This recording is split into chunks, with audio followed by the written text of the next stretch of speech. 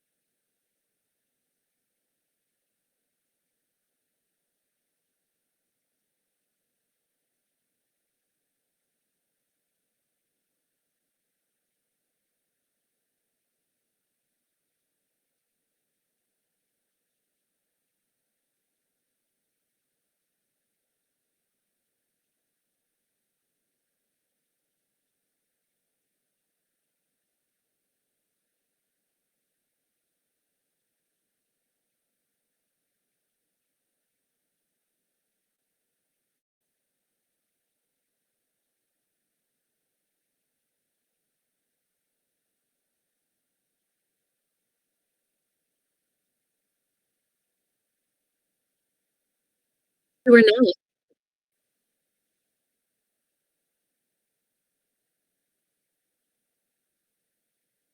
Kalau Mas Bimo sudah bisa terdengar, Mas?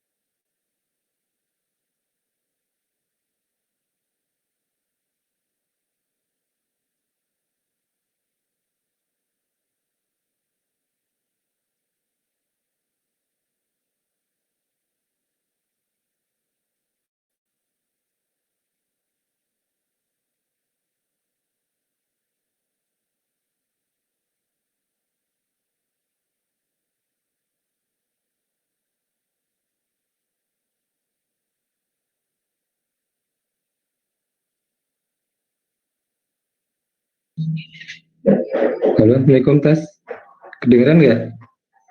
Kedengeran nggak?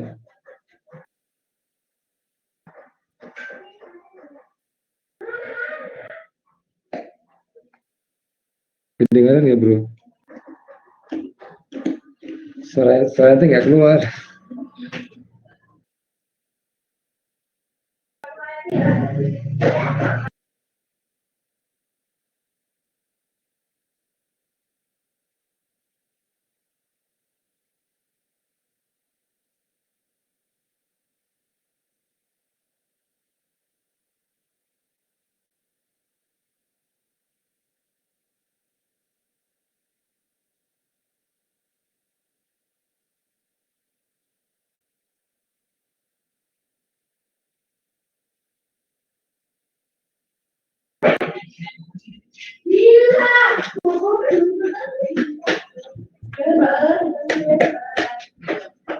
Halo? Iya, saya nggak dengar suaranya Mas Ari.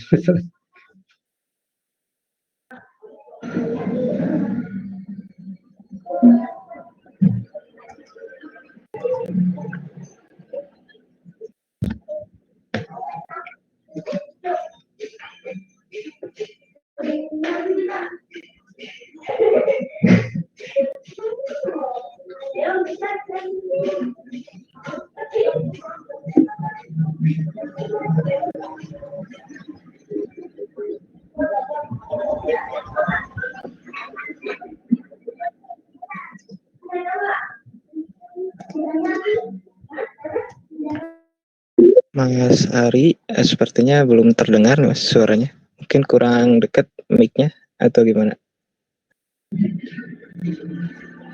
Belum muncul.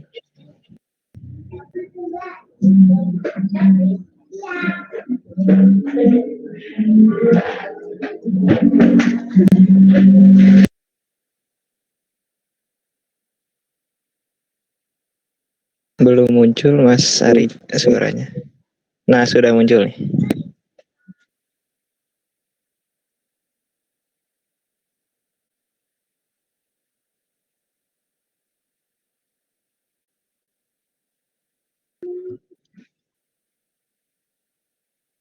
Hilang lagi, Mas, suaranya.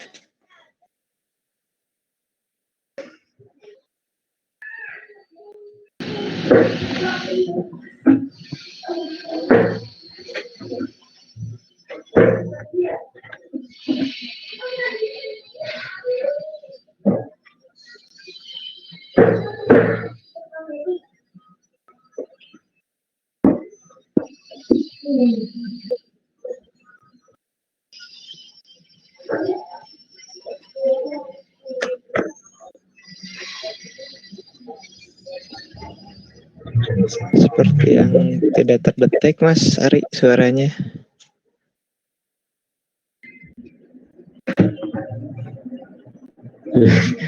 Iya, iya, nggak dengar Mas. Jadi, gimana kita mulai aja?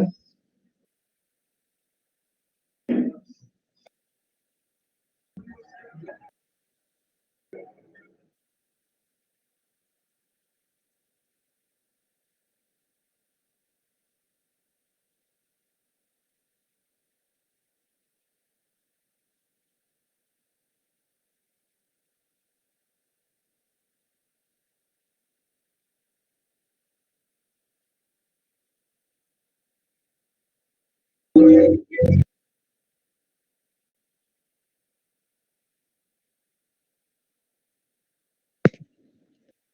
Ari bisa mungkin coba di refresh dulu Mas tampilannya, mungkin ada sedikit kendala. Nanti langsung join lagi, langsung pakai mode mic.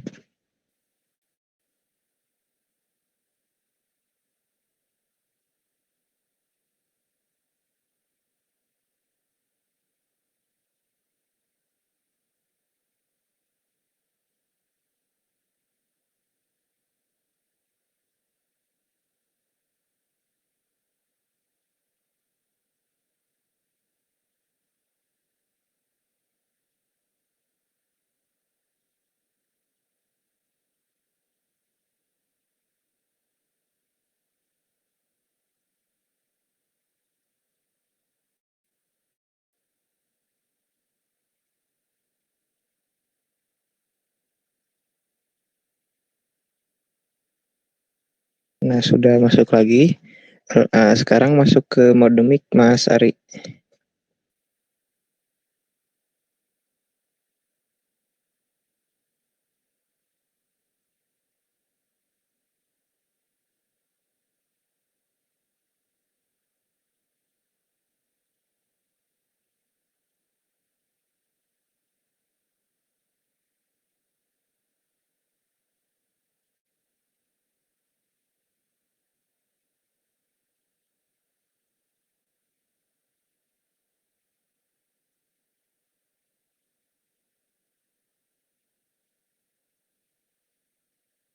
Nah, sudah masuk mode mic tapi masih di mute, Pak.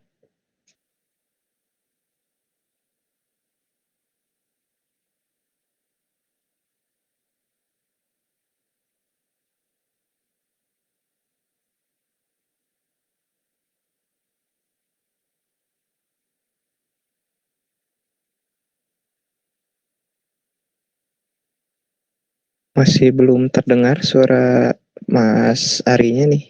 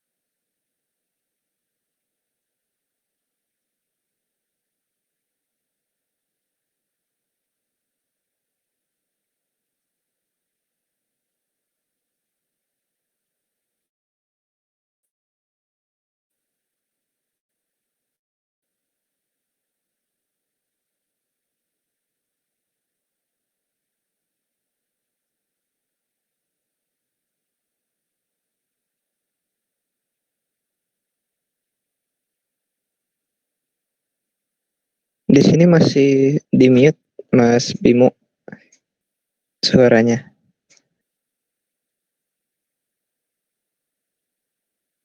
Nah, mic-nya masih di mute. Nah, udah nyala.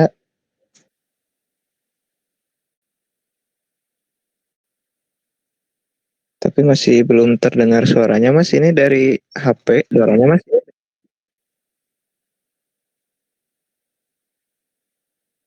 Tes.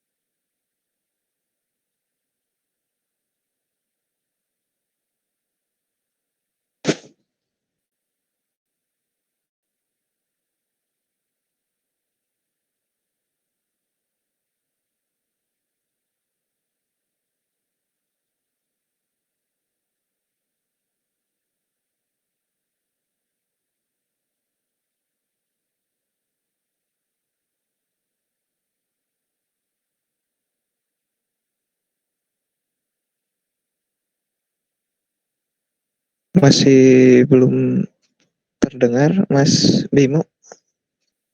Atau sudah bicara atau gimana?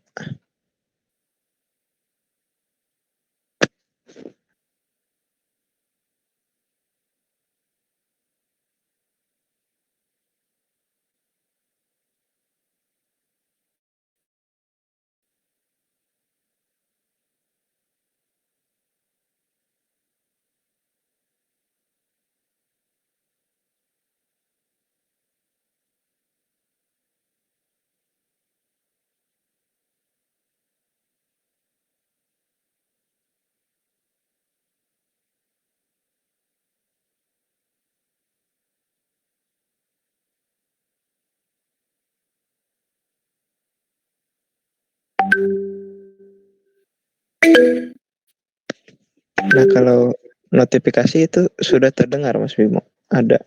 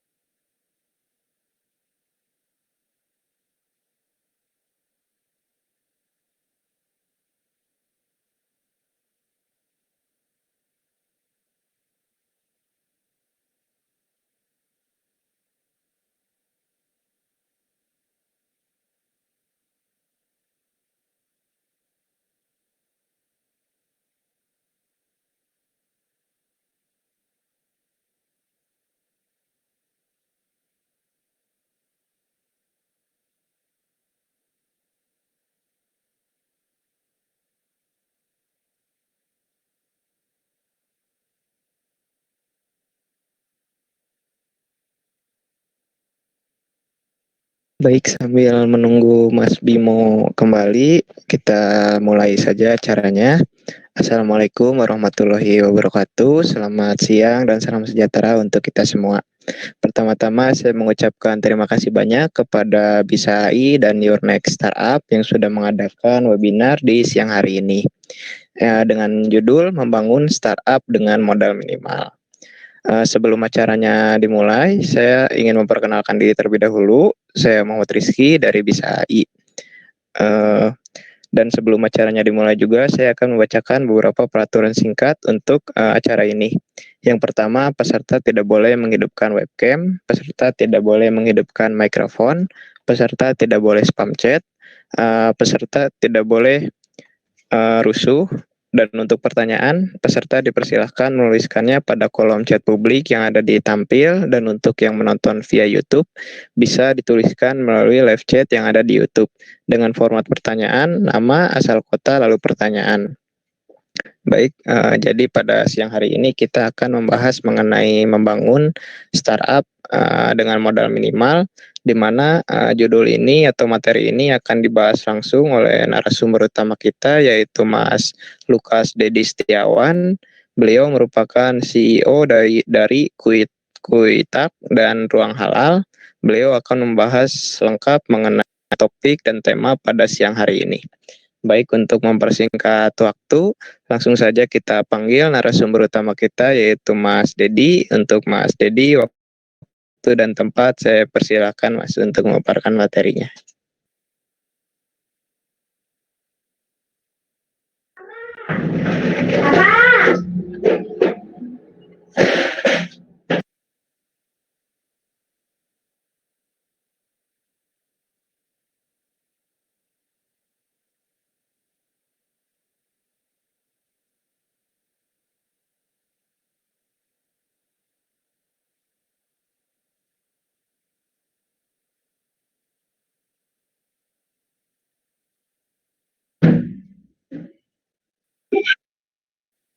Ya, terima kasih Mas Rizky atas waktunya.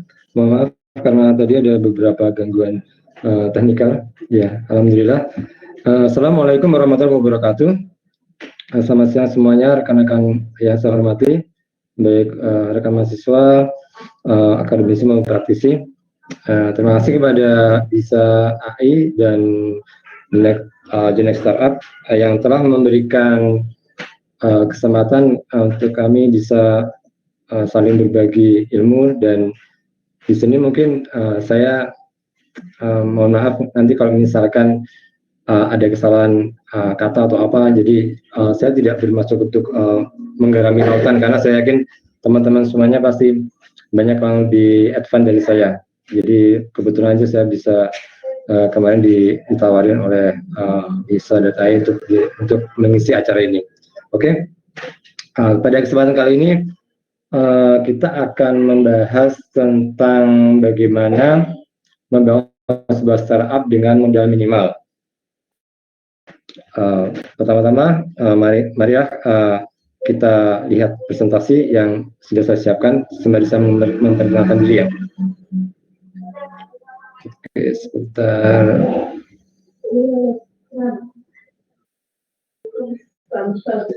Oke.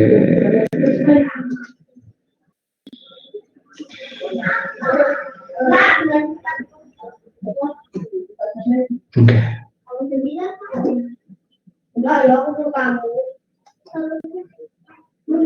Ya, jadi di sini saya berusaha untuk berbagi istilahnya pengalaman dan mungkin apa yang selama ini saya pelajari tentang bagaimana kita bisa membangun startup dengan modal minimal. Untuk season yang pertama, saya ingin memperkenalkan diri saya kepada rekan-rekan semuanya. Nama saya Lukas Setiawan, saya lahir di Purworejo, Desember 79, agama saya Islam.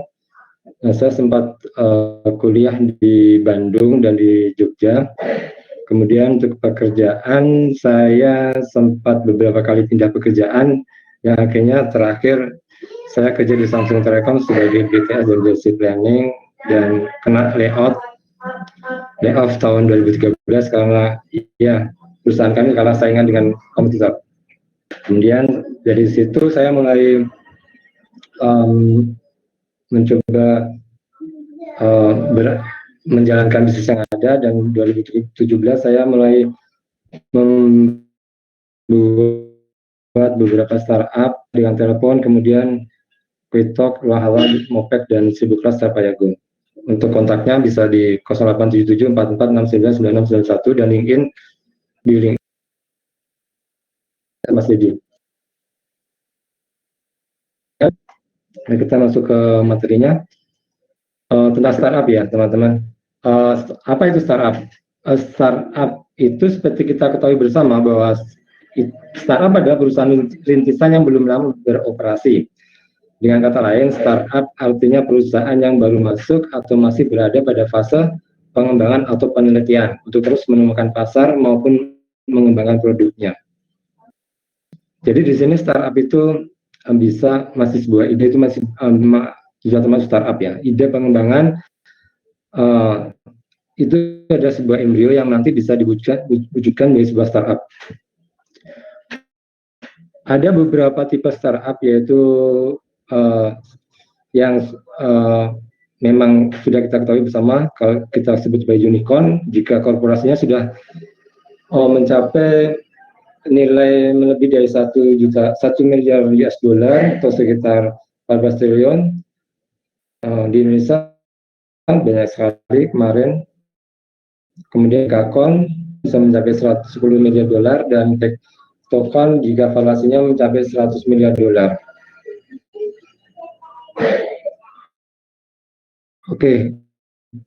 Kemudian kalau kita flashback lagi, banyak dari rekan-rekan atau saya sendiri mungkin ya, yang tadinya mungkin istilahnya bekerja dan ingin mempunyai usaha sendiri, atau mungkin yang memang dari kuliah sudah menginginkan untuk bisa mempunyai perusahaan sendiri dan tidak menjadi karyawan. Itu semua ada pilihan seseorang untuk memulai karirnya. Mungkin ada yang masuk ke startup karena memang sudah ada niatan dari awal, atau mungkin dari di tengah jalan, atau mungkin setelah dia pensiun baru dia dengan modal yang ada dia memulai bisnis startup. Tapi pada hakikatnya untuk memulainya kita harus mempunyai ide dan planning. Jadi apa yang dibutuhkan oleh pasar dan apa solusinya. Karena startup atau usaha rintisan itu adalah sebuah solusi untuk masyarakat. Kan kita tahu yang tenar, yaitu seperti Gojek, kan ada masalah angkutan umum misal, dia bisa membaca potensi itu dan dia bisa memberikan solusi untuk itu. Jadi ada masalah dan kita mempunyai solusi. Jadi disitulah embrio dari startup itu. Kalau untuk sekarang mungkin kita bisa ini ya, mungkin kalau ke depan itu akan lebih kepada IoT dan kepada ketersediaan pangan mungkin ya, yang memang masih banyak sekali celah-celah untuk kita masuk di sana. Yang booming sekarang ini mungkin kalau kita amati bersama, ada beberapa perusahaan startup di luar itu yang concern kepada rekayasa makanan ya, mungkin itu nabati atau hewani. Kemudian yang kedua, kita harus punya tim dan resource. Jadi di sini perlu saya tegaskan bahwa sebuah startup itu tidak bisa dimulai tanpa adanya tim. Insya Allah begitu adanya. Karena kita adalah makhluk sosial dan kita butuh orang lain. Kalau kita bukan Superman ya, kita tidak bisa melakukannya sendirian tuh nggak bisa. Kayaknya nggak bisa deh. Tapi misalkan kita sebagai penggagas ide, kita butuh orang teknikal buat melaksanakan ide kita butuh orang marketing buat menguasakan ide kita, dan kita juga butuh pendana tentunya, karena mungkin dana kita terbatas, karena kan tidak semua kita itu mempunyai keluarga, kita mempunyai background pengusaha. Beda kalau misalkan orang keluarganya memang udah pengusaha, beda ya, mungkin tinggal dia masalah finansial dia nggak masalah, cuma dia harus memikirkan masalah timnya dan bagaimana dia akan planning untuk kedepannya untuk bisnisnya. Yang kebanyakan dari semangat yang ada itu memang kita harus menyating. Kemudian ada permainan. Jadi dari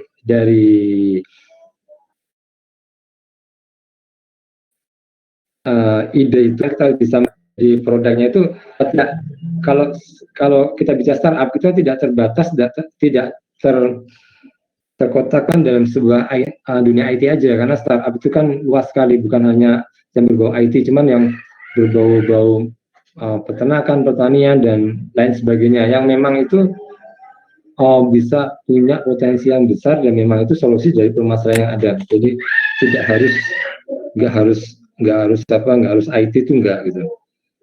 Yang keempat, untuk masalah pendanaan. Jadi misalkan kita ingin memulai sebuah startup, kita juga harus memiliki pendanaan. At least kita harus bisa untuk awal start earning kita itu kita menyiapin berapa sih misalkan. Apa kita pertama mungkin kita beli domain. Kita harus ngeblok nama itu, misalkan nama apalah, misalkan jadi usaha atau apa gitu kan, untuk usaha gitu. Kita harus ngeblok dulu, karena kalau enggak nanti nama itu cenderung bisa kena orang lain, dan itu agak susah juga kita untuk nyari nama kan, karena memang masalah penamaan domain itu juga banyak yang beli, masalah jual beli domain itu juga banyak juga gitu, beli disimpan dijual lagi gitu kan, agak susah juga. Dan akhiran masalah itu juga harus kita pikirkan. Yang paling sederhana itu menurut saya itu domain, dan nanti kita bahas di bab selanjutnya. Mas Dedi, Kemudian gimana? share screen-nya terhenti Mas sepertinya.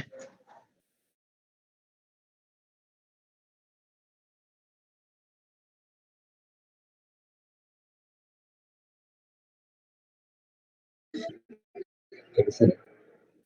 Bentar Mas, kok nggak nyala ya?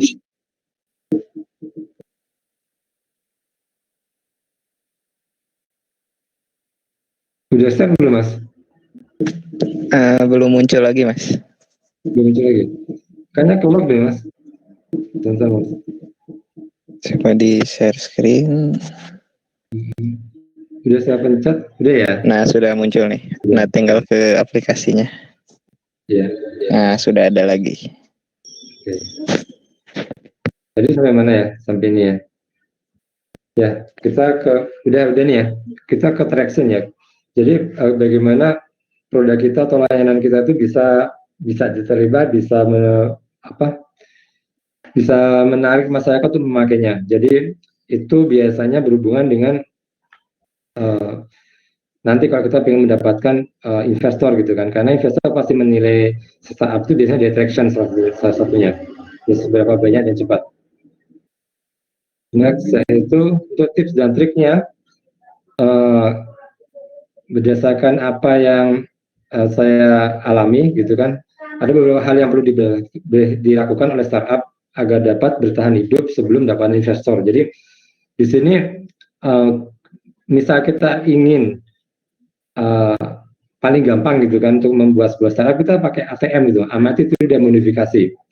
Memang ada jargon, misalkan bisnis di IT atau sesuatu teknologi, kalau misalnya jadi follower itu sama aja bunuh diri gitu, itu nggak, menurut saya nggak benar, karena masih banyak sekali pasar ataupun masih banyak sekali segmentasi yang memang bisa kita masukin dengan kita membuat diferensiasi produk gitu. Jadi semakin banyak kompetitor bagi kita adalah sebuah tantangan, dan itu bukan menjadikan kita ke belakang atau kita minder atau gimana. Kita harus bisa semakin kreatif dan bisa semakin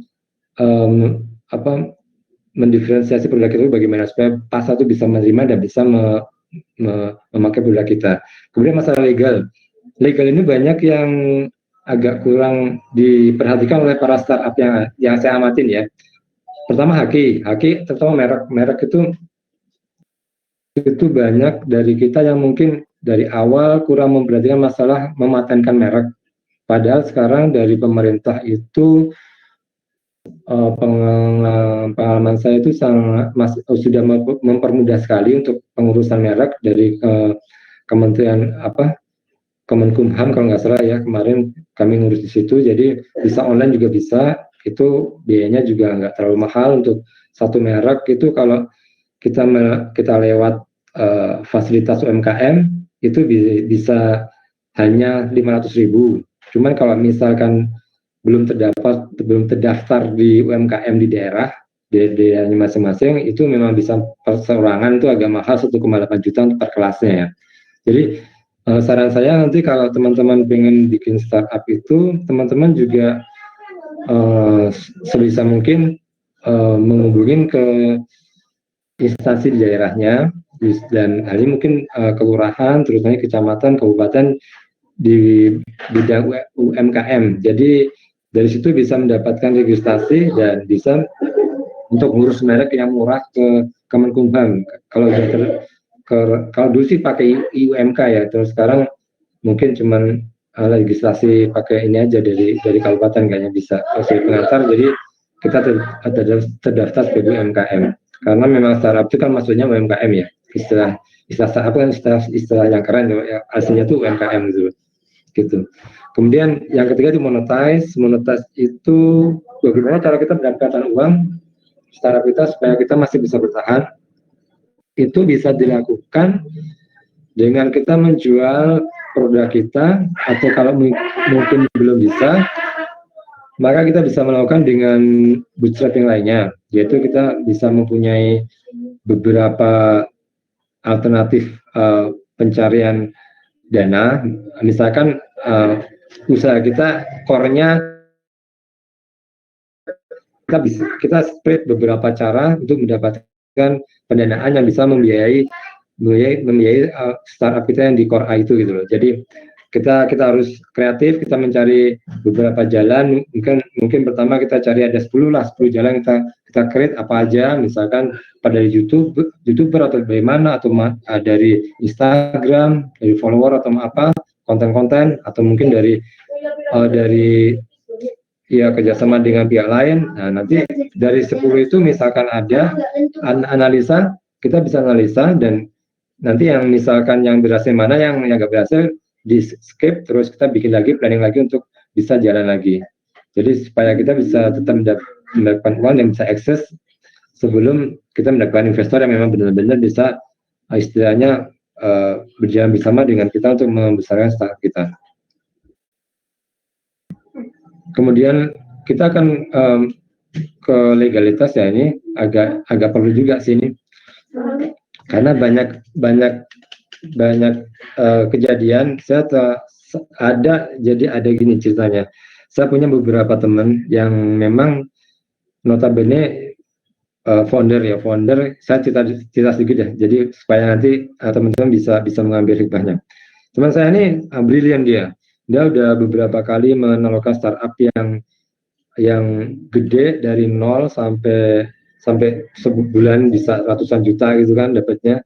Cuman dari awal itu tidak ada legalitas gitu loh. Maksudnya jadi istilahnya cuman A sama B temenan, terus oke, bikin startup, bikin apa, aplikasi apa atau apa, terus setelah jalan ada duit, ternyata di tengah jalan karena satu ini komitmen. Jadi komitmen itu kadang tuh kita harus, kalau misalkan kita nggak dari awal belum punya biaya untuk membuat CV atau PT, kita bisa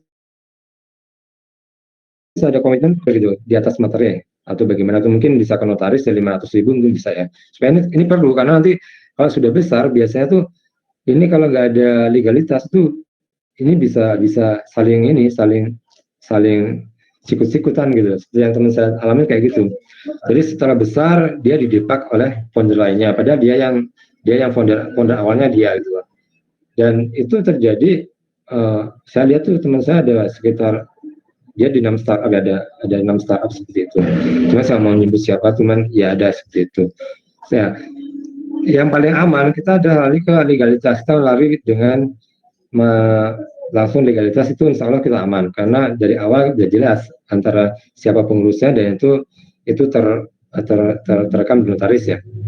Dan bisa nggak bisa PT, kita bisa CV dulu, nanti setelah kita dapat dana yang lebih, kita dapat perputaran uang kita bisa meningkatkan ke PT. Terus ketiga, masalah haki yang tadi saya singgung itu juga sangat perlu karena banyak kejadian merek itu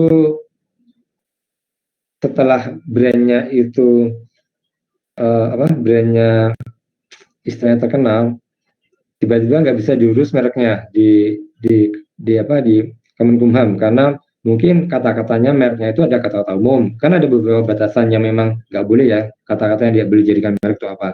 Ini banyak kejadian pada teman saya, perusahaannya itu teman saya itu udah launching produk, jadi perusahaannya itu besar, salesnya tembus 1 triliun per tahun, dia launching produk, terus begitu diterima pasar dia mau matenin nggak bisa, jadi dia harus rebranding, dan rebranding itu itu besar sekali, biayanya itu besar dan itu costly dan itu menyita waktu karena misalnya kita pakai merek motor apa, misalkan ada merek Yamaha atau Honda, tiba-tiba setelah terkenal di pasar tiba-tiba harus berubah jadi Honda atau apa atau Honda gitu, jadi kan publik jadinya bingung gitu kan. Itu perlunya dari awal kita memberikan tentang merek itu sudah dipermudah dengan online tadi oleh pemerintah. Kemudian masalah branding, nah branding itu perlu sekali karena kita sekarang hidup di dunia yang istilahnya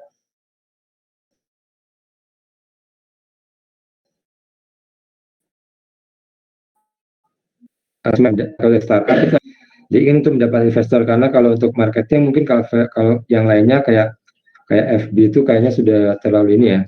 Kalau yang untuk mendapatkan pasar bisa IG itu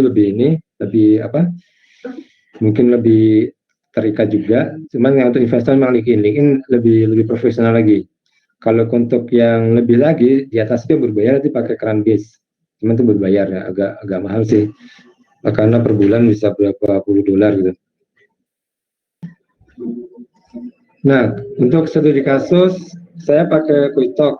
QuickTalk itu kebetulan startup kami yang berupa messenger dan itu hampir 1 juta download, dan memang qadarullah kemarin tuh memang sempat ya beberapa kali wawancara dengan supplier Singapura, dan ya memang kita saya lagi PDKT juga karena kan belum deal di masalah berapa nilai untuk investasinya, karena memang butuh pengamatan, butuh kalkulasi dan sebagainya. Jadi ini saya mulai itu dengan modal yang sangat minim, sekitar mungkin untuk masalah domain dan lain sebagainya itu habis sekitar berapa juta gitu loh, nggak sampai 10 lah gitu loh. Kita bikin domain, kita untuk desain dan lain sebagainya gitu kan gitu. Dan kita juga harus bisa merekrut tim yang memang sevisi dengan kita. Jadi visi dan misi itu penting sekali. Misalkan kita belum kuat untuk membiayai tim IT, berarti kita harus mencari rekanan, teman atau siapalah yang kenalan kita yang memang mau bergerak dari awal, mau istilahnya mau sama-sama berjuang gitu kan, untuk membesarkan apa yang kita bikin gitu kan. Ya tentu itu bisa nanti ada perjanjian, misalkan share saham ataukah nanti share profit atau bagaimana, itu tergantung kesepakatan. Jadi yang kedua ya tim itu kita harus yang solid ya, karena kalau nggak solid takutnya nanti di tengah jalan ada yang nggak sepaham lagi atau bagaimana. Dan itu takutnya itu bisa memperkeruh suasana kalau misal akan ada investor yang masuk atau ya istilahnya ada penentuan kebijakan apa gitu. Terus yang kedua, untuk mempermudah itu kita bisa merekrut istilahnya karyawan magang. Itu biasanya untuk marketing. Misalkan banyak ini ya, banyak sekali mahasiswa dan freelance yang bisa mau untuk bekerja magang untuk mendapat pengalaman dalam artian karena dia mungkin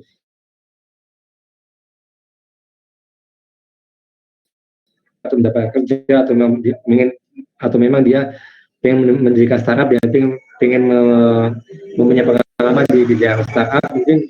Nah, itu bisa kita ajak gabung. Itu tentu kita feedbacknya paling ya apa itu uang pulsa atau mungkin ya apa istilahnya uang bensin atau apa, dan sama sertifikat jasa mahasiswa itu yang lebih gampang dan apa menekan biaya. Dan juga kita bisa memanfaatkan sosmed mereka karena anak-anak sekarang kan mahasiswa itu kan banyak sekali sosmed dan memang mereka sangat sangat aktif gitu kan di media sosial. Itu sangat insya Allah sangat bagus untuk istilahnya head marketing untuk produk kita gitu.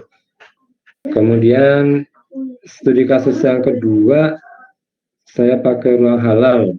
Ruang halal itu dulu awal-awalnya itu adalah, saya cerita sedikit. Jadi dulu saya dihubungin oleh sebuah perusahaan IT di Jerman untuk ikut ngembangin produk halalnya mereka. Terus kemudian setelah saya masuk dari CM-nya Country Manager, ternyata di jalan ada istilahnya ada silang pendapat ya, karena saya kan dulu dijanjikan berapa share saham gitu kan. Setelah dia dapat invest 100 juta dolar, saya 6% saham gitu kan dari itu. Cuman saya harus misalnya harus ikut berjuang dari awal gitu kan. Nah terus ternyata di tengah jalan saya ada beda pendapat, akhirnya yaudah saya keluar. Terus saya waktu itu nyari nama apa sih yang kira-kira apa bisa saya pakai. Dia saya nemu ruang halal begitu. Ruang halal kayak saya blog ruang halal, ya udah terus saya urus akhirnya udah. Nah terus kita ikut beberapa acara, yaitu alhamdulillah tadi dapat pengumuman kita lolos di salah satu kompetisi di bisnis yang diadakan oleh PKS. Kemudian kemarin juga kita sempat dihubungin oleh investor dari Singapura untuk ke Singapura untuk meeting TTM lah istilahnya, tabletop meeting, langsung ketemu dengan investor karena udah beberapa kali kita telepon-teleponan gitu kan. Terus tapi berhubung pandemi jadi saya belum bisa ke sana. Jadi karena kalau ke sana kita harus karantina 2 minggu di hotel dan itu harus biaya sendiri kan lumayan $2.000. Dan nanti kalau misalkan yang masuk itu istilahnya kena COVID, kita harus biaya lagi buat karantina gitu. Jadi costly lah. Jadi kalau misalkan nggak dibiayain ya nanti dulu gitu ceritanya. Mungkin itu dari saya. Jadi intinya apa yang kita usahakan itu jangan kita lihat di akhirnya, kita harus menikmati perjalanannya. Dan itu mungkin tidak mudah ya, karena kita akan istilahnya dari awal kita harus siap tahan mental, kita harus siap mempersiapkan bekal, karena membuat startup itu ibaratnya kita berjalan di death valley, lembah kematian. Jadi di situ kita harus banyak bisa bertahan sampai ada misal angel investor atau apa yang bisa membantu kita untuk istilahnya mewujudkan visi kita, dan itu jadi partner kita. Dan biasanya kita memang ya share equity pasti share equity kalau kemarin tuh Sequoia itu tiket size-nya $1 juta untuk sekitar 20% sampai 30%. Itu segitu sih. Terus apalagi ya, mungkin itu saya bisa dihubungi lewat nomor ini atau lewat email info@wahala.com. Mungkin jika ada pertanyaan, teman-teman bisa nanti langsung di forum dan kita bisa berdiskusi ya. Karena saya yakin teman-teman pasti ada yang lebih advance dari saya, dan di sini saya cuman istilahnya ikut menimba ilmu aja. Gitu aja dari saya. Terima kasih. Mas Rizky, monggo.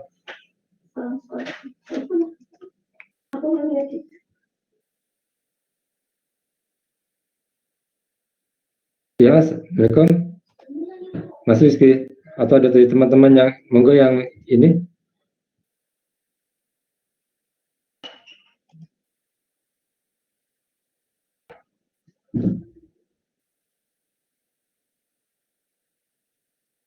Halo?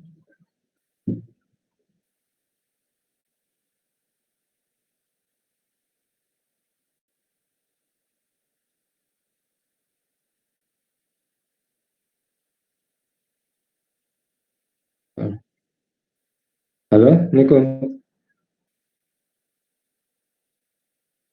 Aduh, nggak nih.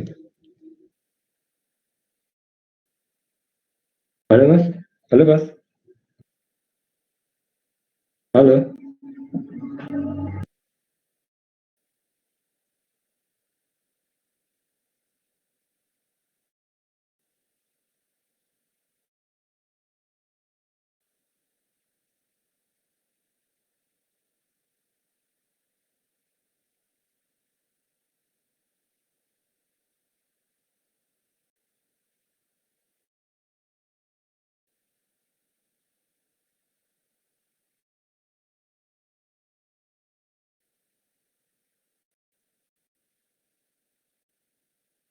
Tes, baik, sudah terdengar kembali suaranya.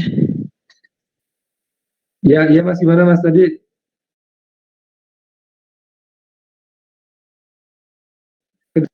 Tadi ada sedikit kendala jaringan keluar.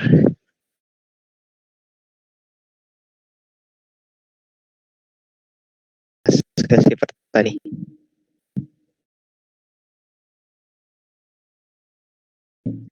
Teman-teman, ada yang mau bertanya mengenai materi di webinar kali ini, boleh langsung aja ditulisin di kolom chat publik yang ada di tampil. Dan untuk yang menonton via YouTube, bisa dituliskan juga melalui kolom live chat yang ada di YouTube. Atau barangkali kalau mau ada yang bertanya secara langsung, speak up juga boleh ditulis dulu aja di kolom chat publiknya.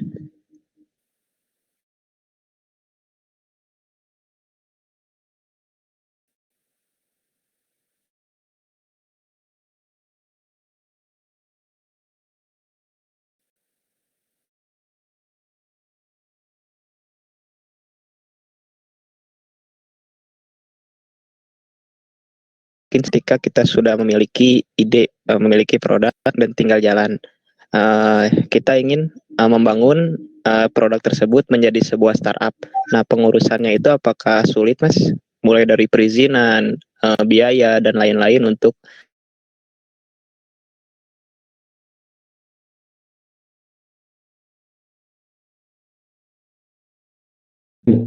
Kalau dari awal kita untuk startup tuh biasanya kan kita ide terus biasanya kita ikut kompetisi ya, misalnya di kampus atau di mana gitu kan.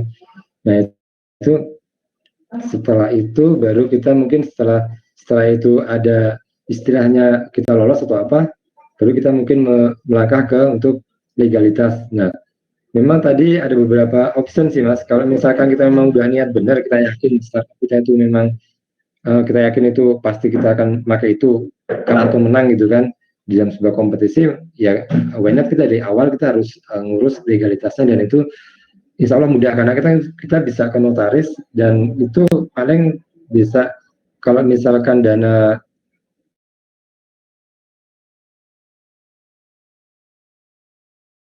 masih terbatas ya, paling setahu saya itu notaris sekitar 500.000 itu untuk komitmen mungkin ya. Kalau kita tanpa itu kita bisa juga pakai mungkin sign di atas materi aja, misal saya Mas Rizky atau Mas Ari sign nanti berapa persen itu untuk pembagiannya, dan job deskripsinya itu apa aja gitu kan gitu.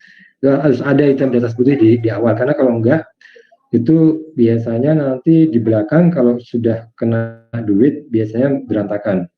Nah, di belakang itu pengalaman teman-teman saya kayak gitu, banyak ada beberapa yang kayak gitu. Jadi silaturahmi bisa putus, pertemanan bisa putus, dan itu malah merusak gitu loh. Jadi kalau tadi untuk urusan legal itu mudah Mas, mudah. Jadi untuk legal, untuk merek itu kalau di Kemenkumham kita sih tinggal nyiapin logo, terus kita nyiapin namanya apa, kita pilih nama yang bisa masuk sebagai merek, baru kita ajuin ke sana, bisa online juga. Kalau untuk yang itu tadi ke notaris itu sih, gitu. Dan itu ya bisa di bawah yang mungkin CV pertama bisa ya cuman 2 juta aja, dan itu bisa bisa dengan keluarga kita gitu, misalkan kakak, ayah ibu atau apa gitu gitu. Itu sih kalau CV. Kalau PT kan kita lebih baik dengan orang lain sih gitu. Jadi biayanya hanya untuk notaris saja ya, Pak? Iya, iya Mas ya, untuk notaris saja sih. Notaris sama itu sama merek Mas, karena itu sangat penting ya. Itu sangat istilahnya untuk kedepannya atau kalau kita memang benar-benar pengen serius itu harus kita kita di awal gitu kan, takutnya nanti namanya udah keserobot orang gitu kan, ya itu repot ke belakang gitu. Oh iya, siap Mas. Mungkin ini ada pertanyaan nih, Mas Dedi dari Mas Ari. Beliau bertanya bagaimana startup bisa bertahan dengan sustain.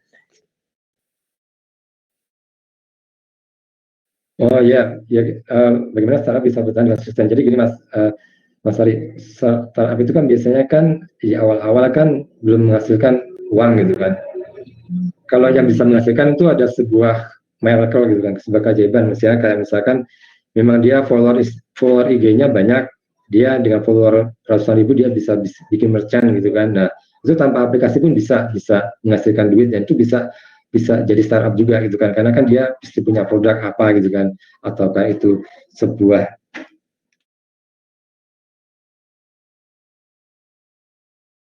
atau misalkan dunia komik atau apa, atau dia tuh sebuah konsultasi online yang basis dari Instagram gitu, tanpa pakai aplikasi, tanpa pakai aplikasi ya, itu juga bisa juga. Jadi kalau nggak bisa menghasilkan uang berarti dia harus,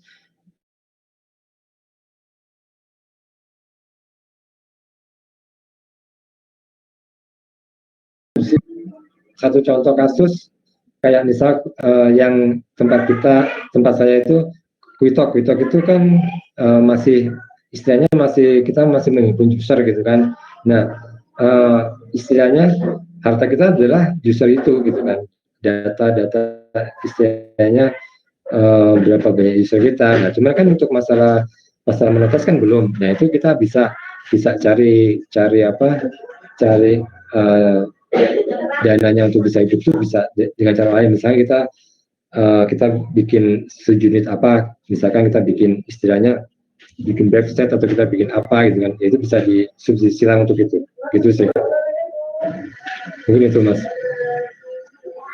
Oke, siap. Mungkin untuk teman-teman lain nih yang masih penasaran mengenai dunia startup atau ada yang mau bertanya, bisa langsung aja ditulisin di kolom chat publik yang ada di tampil. Mungkin satu pertanyaan lagi nih Mas dari saya. Ketika kita sudah memiliki usaha atau produk yang bisa dibilang laku di pasaran nih Mas, apakah kita perlu melegalkannya gitu? Gimana ya? Kita kayak membuat startup lagi tapi bukan startup Mas, dan nggak ada legalitasnya gitu. Ketika si startup itu udah berjalan, apakah masih penting gitu melegalkannya gitu? Jadi istilahnya jadi SBU Mas ya, sistem bisnis unit gitu ya. SBU-nya di misalkan startup A dia punya produk B gitu kan, atau gimana? Iya seperti itu Mas. Ya, jadi kalau legal bisa tetap jadi satu Mas di A-nya, cuman untuk masalah mereknya tetap harus diurus Mas, karena itu nanti berhubungan dengan uh, pihak lain juga sih. Misalkan takutnya udah terkenal, udah menghasilkan duit banyak, tahu-tahu ada yang ngeklaim, udah ada yang pakai merek itu di awal sejak misalkan tahun sekarang sama-sama gitu kan gitu. Itu ngeri juga sih, ngeri sedap lah, karena itu masalah legal ya. Orang kalau sudah bicara masalah data takutnya nanti ya implikasinya kan ada gitu kan gitu. Ya memang sih, walaupun istilahnya kita domain sudah ada, terus kita sudah pertama kali di launch di dunia online, cuman masalahnya kadang kalau ada yang takutnya kalau ada yang nyari-nyari kesalahan gitu kan, ya itu merek itu paling itu merek itu diurus ke Kemenkumham paling itu Mas. Oke, baik Mas. Ya, untuk teman-teman, apakah masih ada yang mau ditanyakan lagi nih mengenai topik atau materi di siang hari ini? Langsung saja ditanya, dituliskan pada kolom chat publik. Oh ya Mas, kalau dari pemerintah Indonesia sendiri itu sudah ada program yang mendukung para mahasiswa atau anak muda untuk mendirikan startup nggak? Belum Mas? Setahu saya udah ada Mas. Nah Kemarin itu programnya gimana Mas nih? itu kayaknya reguler kemarin ya. Pertama itu ada 1.000 startup, itu kayaknya udah masuk ke kampus-kampus dan itu kan per daerah ya, per klaster gitu kan. Bandung, Jakarta, kalau nggak salah kayak gitu, Surabaya, Jogja gitu kan. Nah, itu salah satunya itu. Nanti kan dia nginduknya biasanya ke inkubator ya, inkubator di daerah tersebut. Misalkan ada di Jogja, ada UGM, terus misalnya di Bandung ada mungkin ITB ada kali ya, Unpad gitu kan gitu. Jadi biasanya sih terafiliasi dengan inkubator lokal gitu kan. Terus satu lagi ada lagi juga PPBT yang dari Dikti itu dari pusat itu juga tiap tahun juga buka, itu sekitar dapat dananya itu sekitar 250 sampai sampai 500 juta atau 1 M ya, kalau nggak salah. Tergantung dari stage-nya, karena kalau misalnya ide aja kayaknya bisa dapat 250 juta sih kayaknya.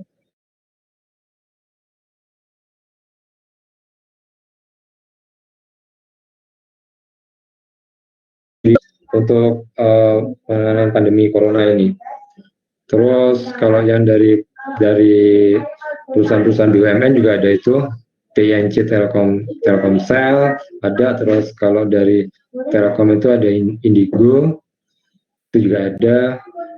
Terus kalau di Telkom itu ada visinya tuh ya, kalau nggak salah MD Mas ya, atau apa itu yang di Jakarta itu saya lupa lagi. Itu juga ada itu. Banyak Mas. Dan beberapa istilahnya yang model swasta juga banyak.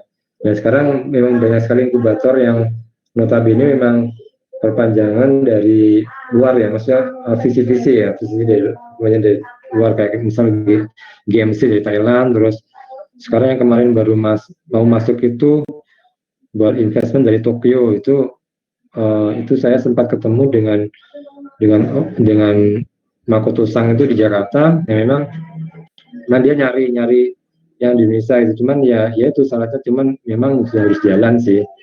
Dan memang rata-rata memang orang luar negeri itu banyak yang ini Mas, banyak yang apa istilahnya punya duit, dan memang mereka menyasar, ingin istilahnya bingung mungkin ya, duit itu mau uangnya tuh mau dikemanain gitu kan, mau buat investasi di mana. Memang sasarannya tuh kalau Indonesia kan pasarnya sangat besar gitu kan. Nah itu cuman memang ya kadang ini juga dilematis juga Mas gitu kan, karena pada saat kita sebagai sebuah bangsa gitu kan, kita bikin kan, misalkan gini, saya bikin Quitok di sini di Indonesia, terus user gede di Indonesia, tiba-tiba ada investor asing yang masuk dan yang besar.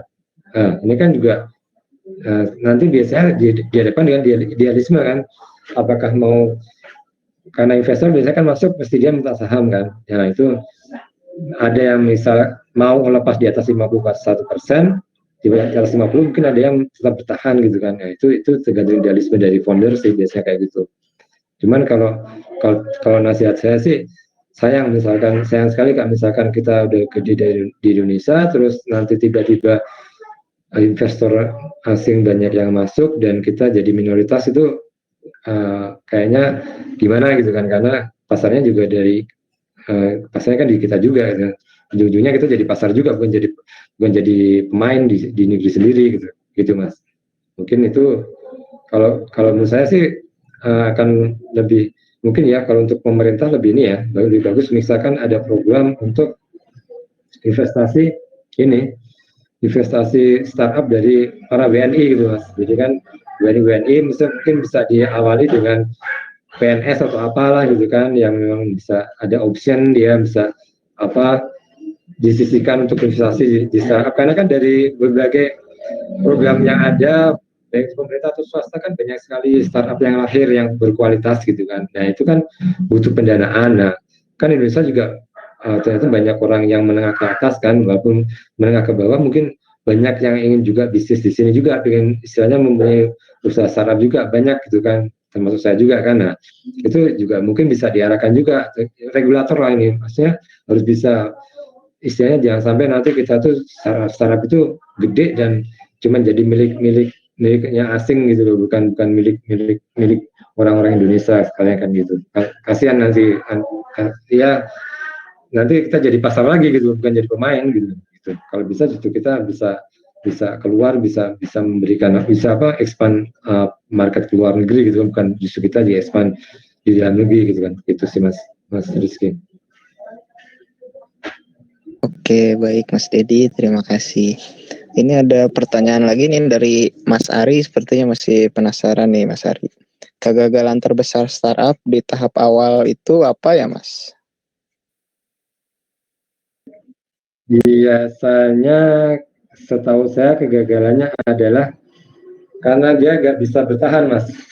Jadi ibaratnya gini, kita startup itu kan berjalan di Dead of Valley ya, suatu lembah yang itu saya gurun yang panjang gitu kan.